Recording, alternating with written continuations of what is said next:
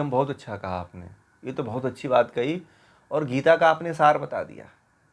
कर्म फल का जो सिद्धांत है वो आपके घर में चल रहा है कि भैया अपेक्षा नहीं रखना है, प्रैक्टिकल चल रहा है, यही प्रैक्टिकल है। और सब घरों में ये होना चाहिए कि ये विचार अपने घर में और अपने मन में दोहराना चाहिए कि भैया ऐसा कामना नहीं होना चाहिए। ये तो प्रैक्टिकल चल रहा है।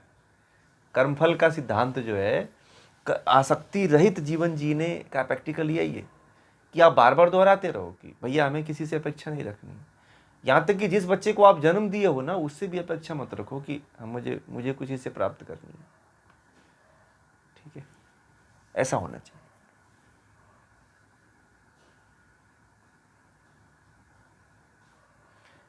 जैसे कामना आप कि ये नहीं करना है तो ये प्रबल तब हो,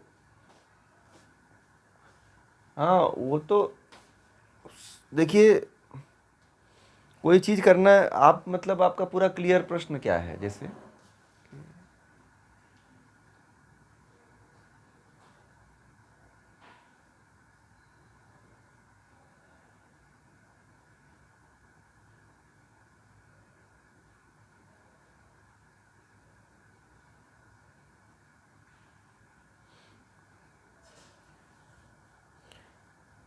ये तो आपका संकल्प का प्रैक्टिकल था, प्रयास था, अभ्यास था, जो ये तो अभ्यास की श्रेणी में आएगा कि अभ्यास किया आपने और अभ्यास जो है आपका विफल हो गया। तो ये तो हाँ वो चीज़ अलग है, तो आपका अभ्यास में आएगा कि आपने अभ्यास किया और वो टूट गया, है ना। कामना तो जैसे कामना ये करते हो, संकल्प आप ये लेते हो कि हमें कि मैं अपने बच्चे का पालन पोषण करता हूँ, अब मुझे ये नहीं कामना रखनी है कि मैं भी बड़ा होऊंगा, बुढ़ापा मेरा आएगा तो बच्चा मेरा पालन पोषण करेगा।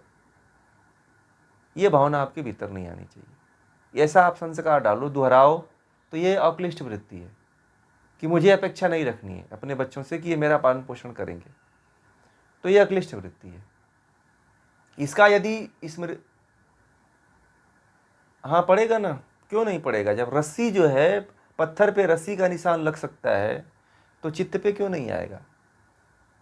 आप जिस शब्द को बार बार दोहराते हो, देखना उस शब्द की गूंज हमेशा चलती रहती है। आपने कभी सोचा है कि आप नहीं गाना गाना चाहते हो तो भी कोई गाना गा देते हो? आपको होश ही नहीं होता है कि आप कौन से गाना गा दिए, पता है आपको? आप कभी ऐसे गाने गा देते हो जो आपको ये भी नहीं पता होता है कि मैं ये गाना गा दिया, और बगल वाला सुन लेता है कि आपने ये गाना गाया और कहते हैं अरे मैं कहाँ से गा दिया ये गाना। क्यों? क्योंकि इस गाने को आप अपने बचपन में हजारों बार सुन चुके हो। सुनने का इतना बड़ा फर्क होता है कि नहीं चाहते हुए भी वो शब्द निकल जाता है। ठीक है, कहीं जाओगे बाथरूम में, कहीं अकेले पड़ गए, कहीं जंगल में पड़ गए तो गुनगुनाने लगते हो। सुनहरे अच्छे जगह पे पहुंच गए तो उस गीत को गुनगुनाने लगते हैं आप।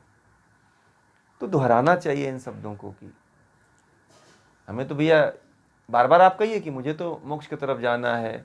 आप लोगों के भी घरों में या आप अपने दोस्तों मित्रों से ये बात किया करिए, पत्नी से कहा करिए, बच्चों से कहा करिए कि भाई हमें मोक्ष प्राप्त करना है, हमें समाधि में जाना है, हमें ज्ञान प्राप्त करना है। ये शब्द घरों में अब कहने चाहिए। अब आज का युग ऐसा आ गया है कि ये घरों में इन शब्दों पे बात होनी चाहिए। अब बात किसकी होती है? जिधर हमको नहीं जाना है ना।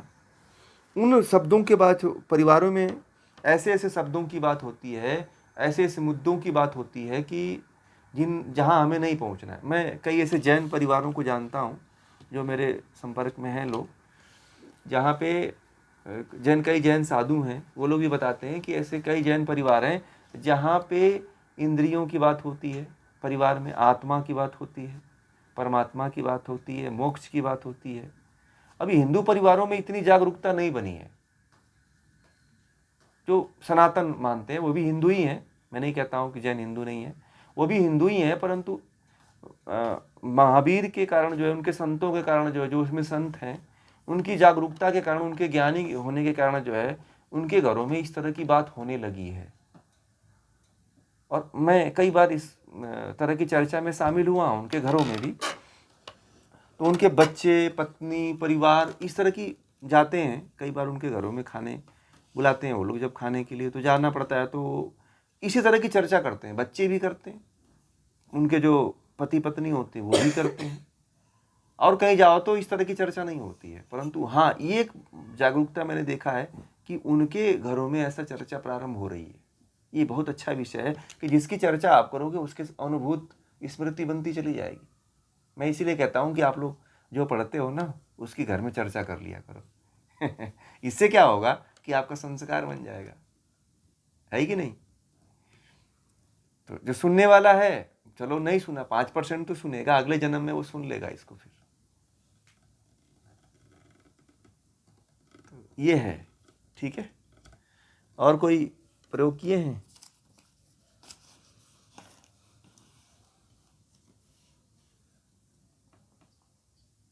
हाँ बोलिए। हाँ हाँ बोलिए।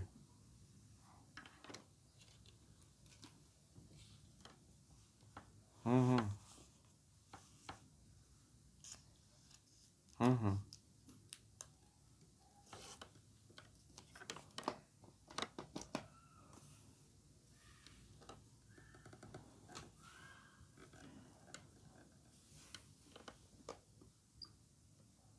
हाँ जरूर हो सकता है कि जो आपकी मम्मी बांधती थी वो स्मृति आपकी आ गई।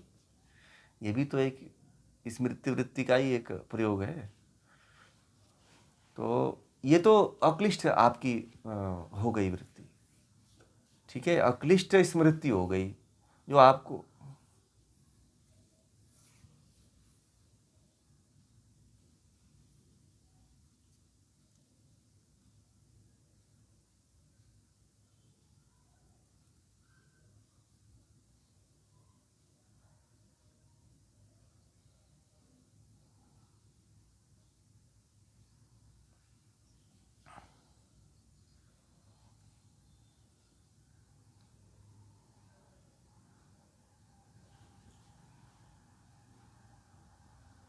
वो डेली होता है, जितने भी वृत्तियां हैं। मैं तो एक वृत्ति की बात कही आपको, पांचों वृत्तियां और पांचों क्लेश आपके सामने आते हैं। काम क्रोध लोभ मोह, ये सारा एक दिन में फेस करना पड़ता है व्यक्ति को, परंतु आप लोग कभी ध्यान देते ही नहीं हो। अभी प्रयोग करने के लिए कहा तो शायद जिन्होंने किया है उनको ये बातें याद आ गई, और आपको देखिए, आपको याद आ गई तो आपको पता चला कि हाँ, ये तो स्मृति वृत्ति का भाग है जो हमें नहीं याद रखना, ये हमें याद रखना चाहिए, क्योंकि हमें तो ये मोक्ष की तरफ लेके जाएगी। जो हमें मोक्ष की तरफ वृत्तियां लेके जाती हैं वो अक्लिष्ट वृत्तियां हैं, और क्लिष्ट वृत्तियां जो हमें संसार की तरफ लेके जाती हैं वह जो है उनके चक्करों में नहीं आना चाहिए, ठीक है। तो इस तरह से इसका आप लोग प्रयोग करिएगा, ठीक है।